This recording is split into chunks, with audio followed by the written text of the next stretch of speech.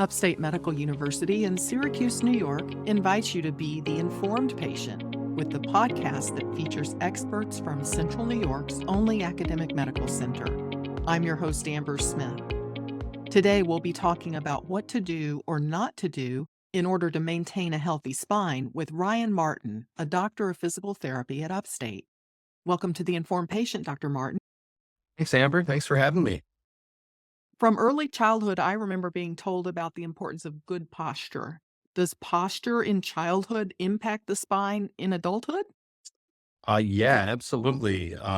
Posture, I would say, is probably one of the most important things, really, when it comes to spine health. So, the earlier of an age that you're learning good postural habits and practicing that, and that's kind of becoming your default position and postures, then you're setting yourself up for success there. You're avoiding placing excessive and unnecessary stresses on the spine. So I would definitely say that's true. And starting from a young age, again, you're setting yourself up for success there.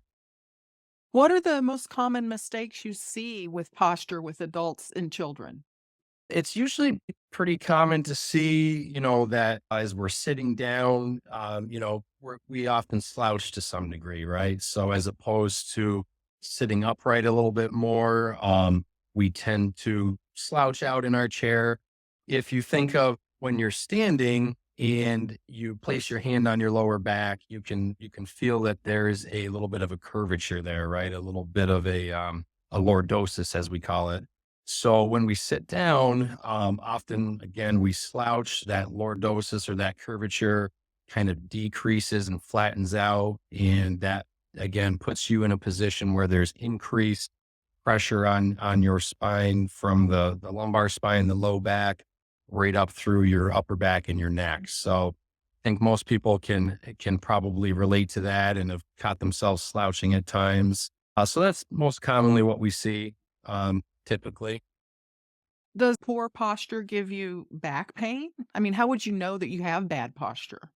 Again, posture is one of the most important things for spine health, and it's definitely something for my patients when I'm working with patients in the clinic coming in for spine issues. It's always one of the main topics and things that we're working on, not just to maybe help get them out of that episode of pain, but also to help maintain a healthy spine after the fact, after they've recovered. Does footwear contribute to posture? Yeah. So anytime we're standing, we're on our feet, everything kind of starts there at your feet, really, right? So if you're wearing maybe not the most supportive footwear, not really giving you great arch support, and that's allowing your arch to maybe collapse more than we'd like, that affects everything up the chain as far as your lower extremity. Your foot collapses into that position. It's going to affect the knee, which is going to affect the hip. So it all kind of starts there. So yeah, you want to make sure you're wearing, some appropriate footwear with some decent support. So, for people who have jobs where they're sitting at a desk all day, how do you feel about standing desks? Or I know there's a variety of specialized chairs. Do those help with posture? I think the standing desks or the adjustable work desks, I think those are a great option. Like you said, especially for people that have a more sedentary desk job. That prolonged sitting is probably one of the biggest stressors on the spine. I know people typically tend to think of, maybe bending over, lifting, things like that, which does stress the spine, but that prolonged sitting, probably even more so, like you said, especially for those folks that have a sedentary based job at desk work. So those standing desks, they allow you to stand up, change positions. It maybe wouldn't be the best thing either to be standing there all day, but it gives you that option to break things up throughout the day.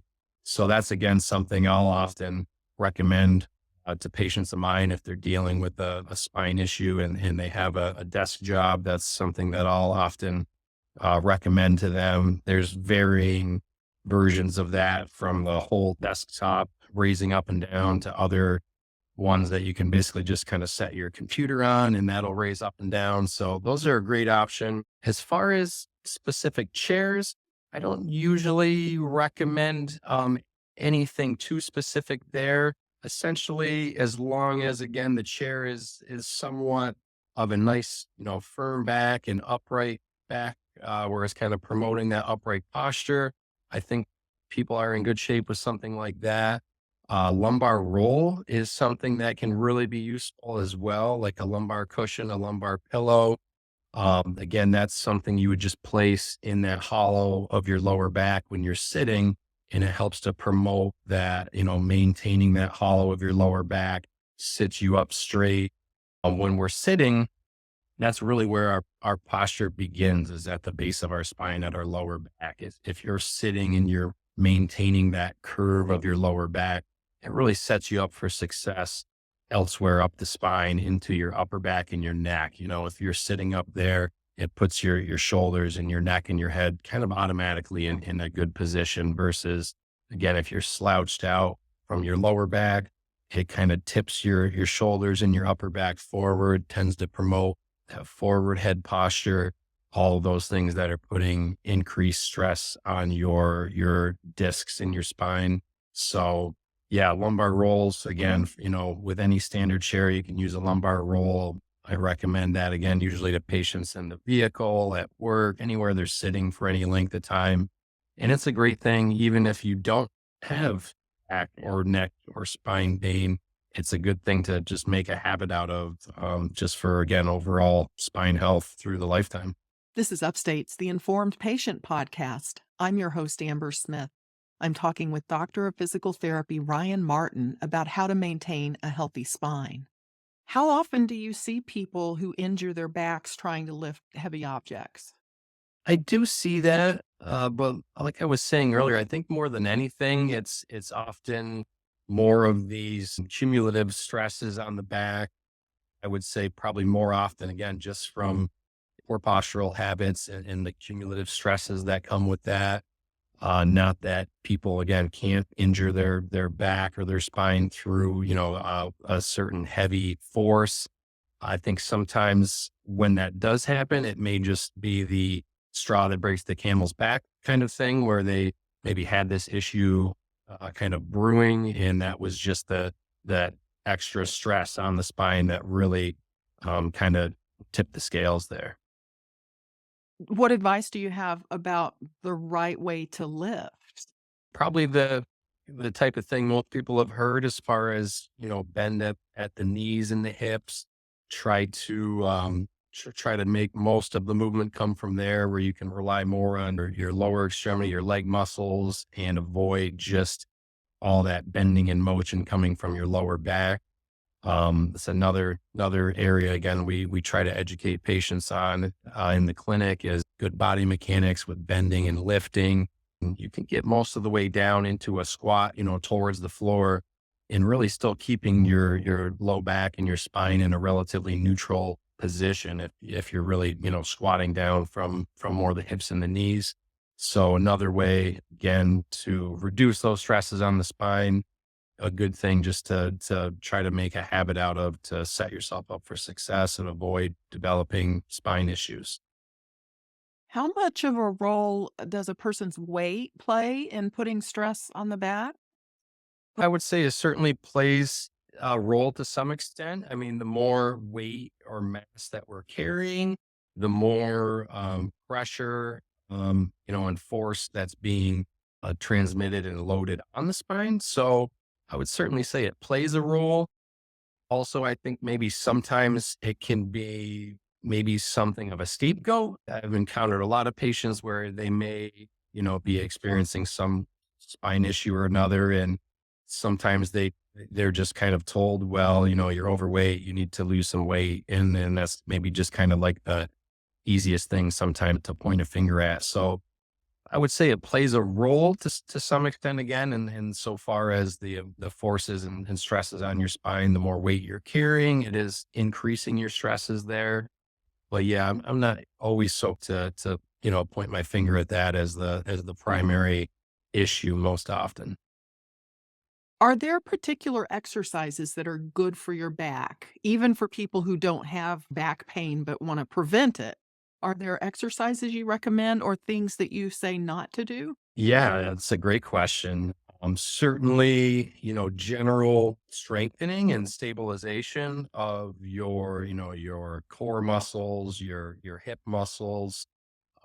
That's it's always beneficial. Again, whether you're dealing with a spine issue or you're just trying to, be preventative. So that's definitely a beneficial thing. The more core strength and stability you have.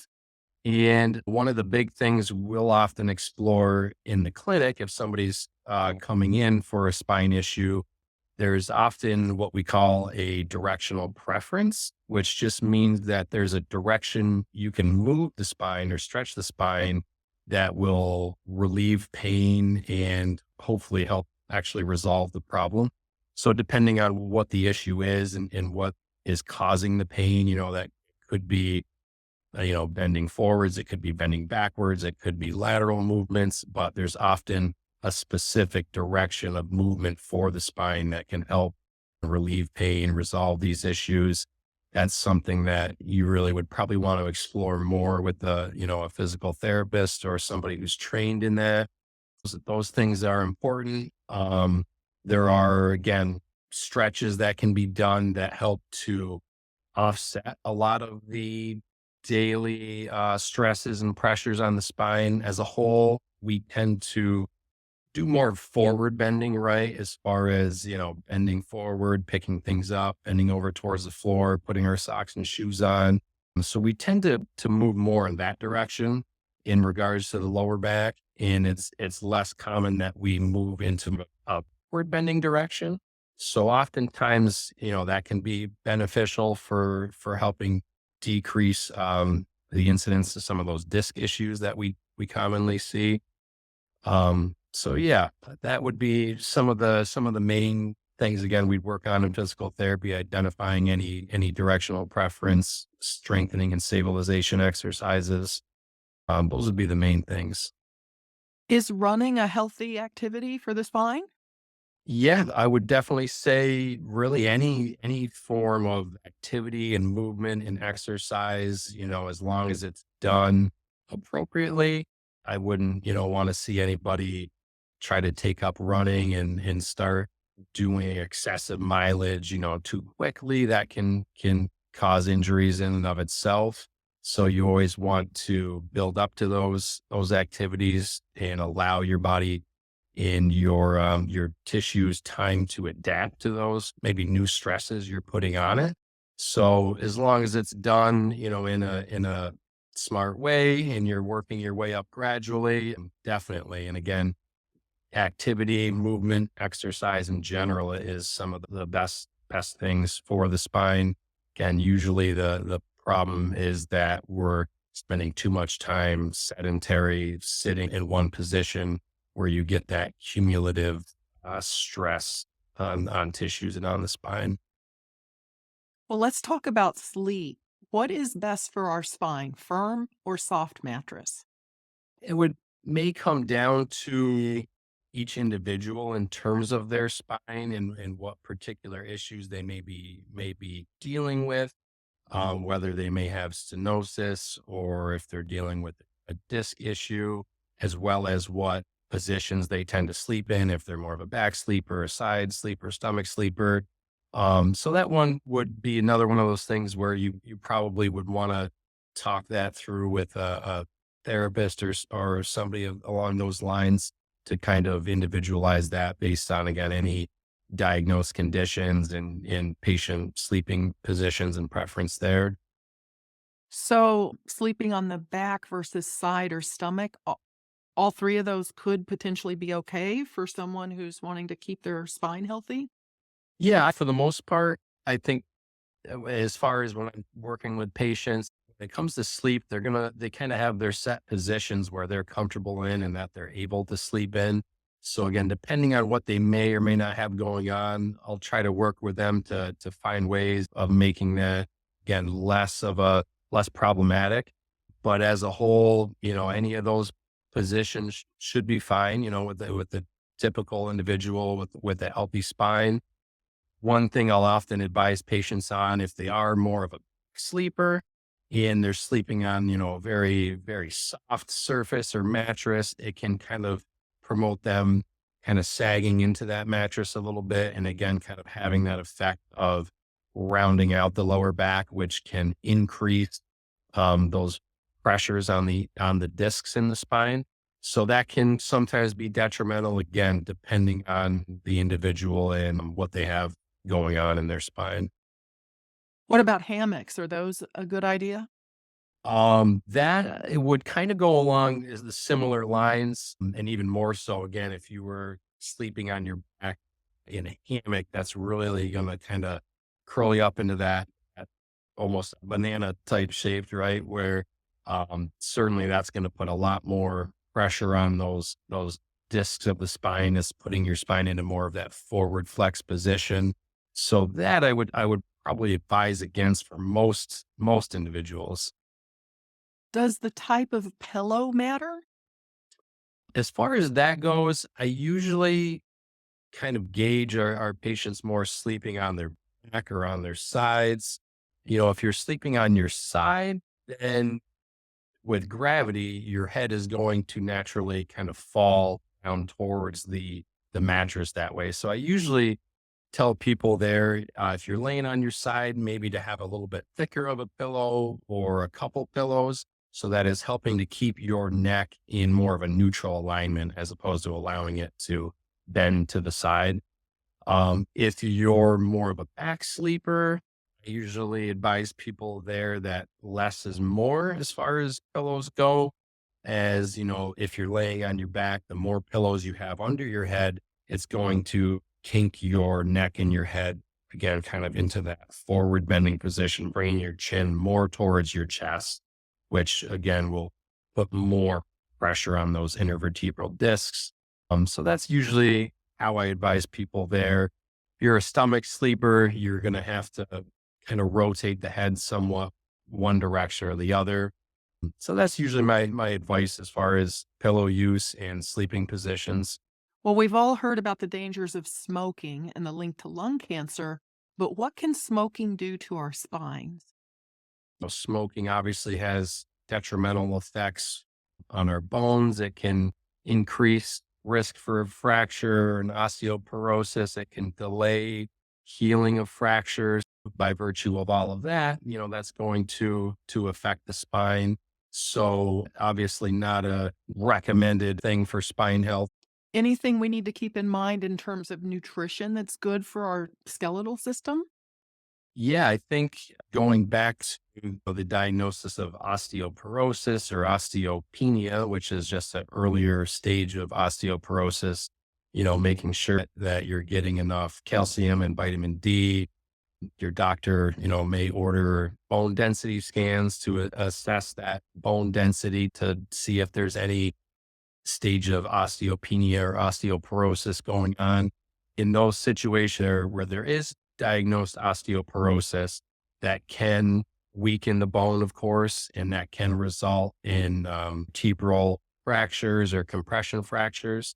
So it's important to make sure you're getting enough calcium and vitamin D, and you're doing what you can to try to prevent those diagnoses of osteopenia, osteoporosis. Do you recommend chiropractic care for someone who has an achy back? I think chiropractic can only be a valuable treatment. I've encountered a lot of individuals who have had great success with chiropractic treatment. Chiropractic treatment tends to be different from physical therapy, just different schools of thought and different approaches. I've seen a lot of individuals, a lot of patients that have really benefited from chiropractic care. I'll typically advise my patients, if they're coming in to see me for physical therapy, I'll usually recommend that while they're coming to see me for physical therapy, that they not also do chiropractic, or at least not add that in if they haven't already been doing it, just so that they're not kind of getting those two treatments at the same time, because that can sometimes muddy the water if they suddenly become better or worse and they're getting PT and chiropractic. you may then wonder, okay, what made you better? What made you worse? It can just add another variable there. But otherwise, like I say, a lot of people find, great relief with chiropractic treatment. So it's definitely a proven treatment approach for primarily, especially spinal issues. What about massage therapy? Are there health benefits for the spine for massage therapy? Yes, I think massage therapy can be, again, another effective treatment. That's, of course, addressing more, the musculature, the soft tissue. So if somebody is having maybe something going on that's more involved in the spine itself, deeper in the spine, whether it's a disc issue or stenosis, things along those lines, um, soft tissue work or massage work probably isn't necessarily going to get at the root of that problem. But if it's more of just a muscular issue, of course, that's going to help work out some muscle tension and pain there. And oftentimes, even if it is a situation of again, a more of a issue within the spine of stenosis or a disc issue, often associated with that, you may have increased muscle tone, increased muscle tension and guarding. So some soft tissue work, some massage can be helpful for that too. So it can be a good adjunctive treatment for that as well. So, what does a physical therapist do to help someone who struggles with back or neck pain? Starting from the first visit, you would come in for the evaluation. We'll put you through some different tests and measures to help figure out what's going on essentially, right? What is the cause of the pain is one of the most important things before you can really help resolve the problem. You have to kind of help figure out what it is, right? So putting you through a series of testing and movements to try to help determine what the cause of the problem is. Like we had discussed earlier, we're able to advise patients on the safe and effective progression of strengthening exercises, stabilization exercises, range of motion. Another advantage, again, with physical therapy is assessing for that directional preference. Is there a certain direction or movement for the spine that's going to provide you relief? Often times, probably the most common issues in the spine is a disc bulge or a disc protrusion. Goes by many names, right? A slip disc. People call it by many names, but oftentimes in those situations, there's a particular direction that you can move the spine to help relocate that disc bulge back into place where it belongs. So again, we're able to kind of help guide patients through that and hopefully identify a direction of movement that's going to provide relief. Do you see more men or women with back pain, or is it pretty equal? I would say it's pretty equally distributed. What about in terms of age? Do you see young and old? Yeah, absolutely. It's pretty common for spine issues to develop at any point in the lifetime. Oftentimes, I think I see in the younger population, maybe it's more postural related, probably more often, versus as we age, you may develop more arthritis, more wear and tear of the spine, maybe more of those diagnoses of like spinal stenosis. You can certainly see individuals with spine issues across the lifespan. You're listening to Upstate's The Informed Patient podcast. I'm your host, Amber Smith. My guest is Ryan Martin. He's a doctor of physical therapy, and we're talking about maintaining a healthy spine. It seems like a real common injury or complaint to have back pain, but does that mean that it's normal? I'm trying to get at what point, if you have back pain, should you seek medical attention or will it get better on its own? Yeah, like you said, it's a very common, thing at some point throughout the lifetime to experience some sort of pain or neck pain. And that's often the question, what's a normal ache or pain and when should I seek treatment? So I think some of the big things that symptom wise that would stand out that would warrant seeking some medical attention. would be if you're experiencing like radiating or what we would call radicular pain. So if there's nerve compression occurring in the spine, if that's occurring in the neck, you could experience symptoms traveling, into the shoulder and down the arm. It could be pain, it could be numbness or tingling, more of those nerve related symptoms. It could cause weakness of the arm. And as far as the low back, all of those same symptoms would pertain to the leg, right? It's commonly known as sciatica.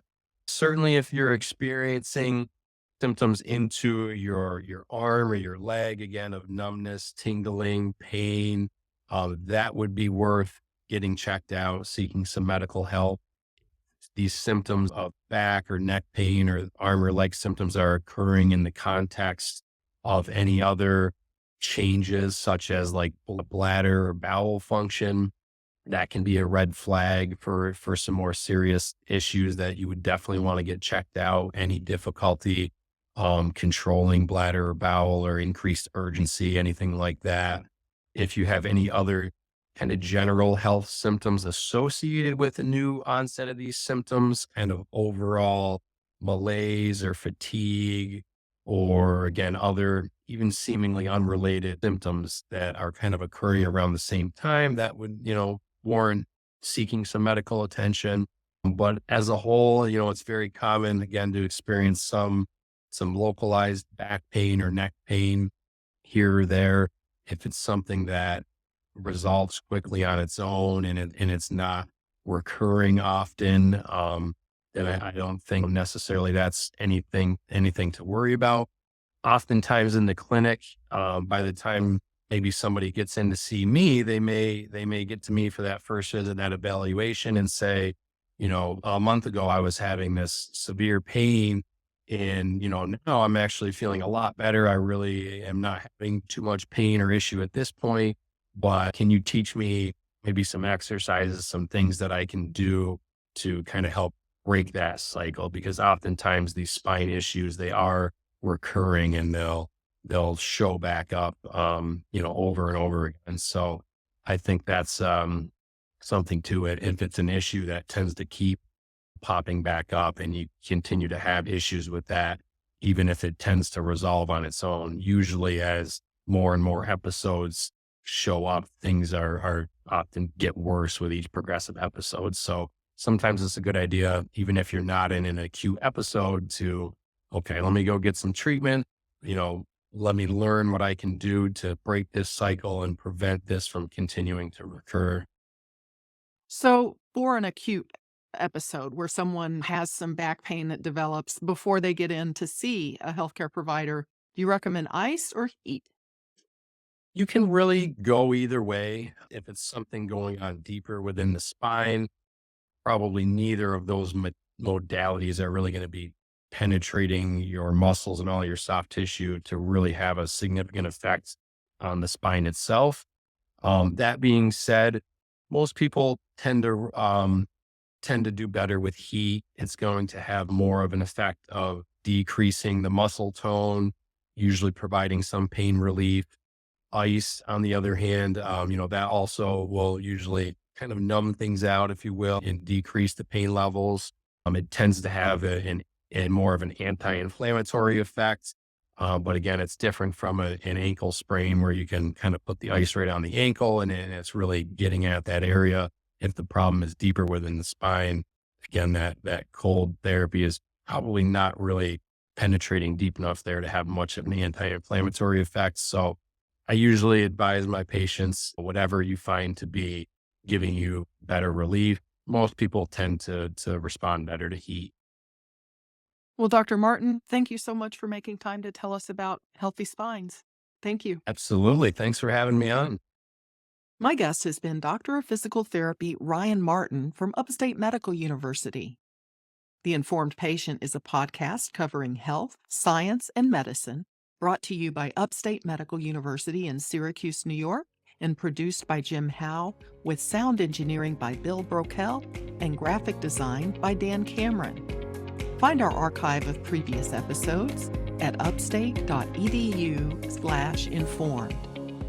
If you enjoyed this episode, please invite a friend to listen. You can also rate and review the Informed Patient podcast on Spotify, Apple Podcast, YouTube, or wherever you tune in. This is your host, Amber Smith, thanking you for listening.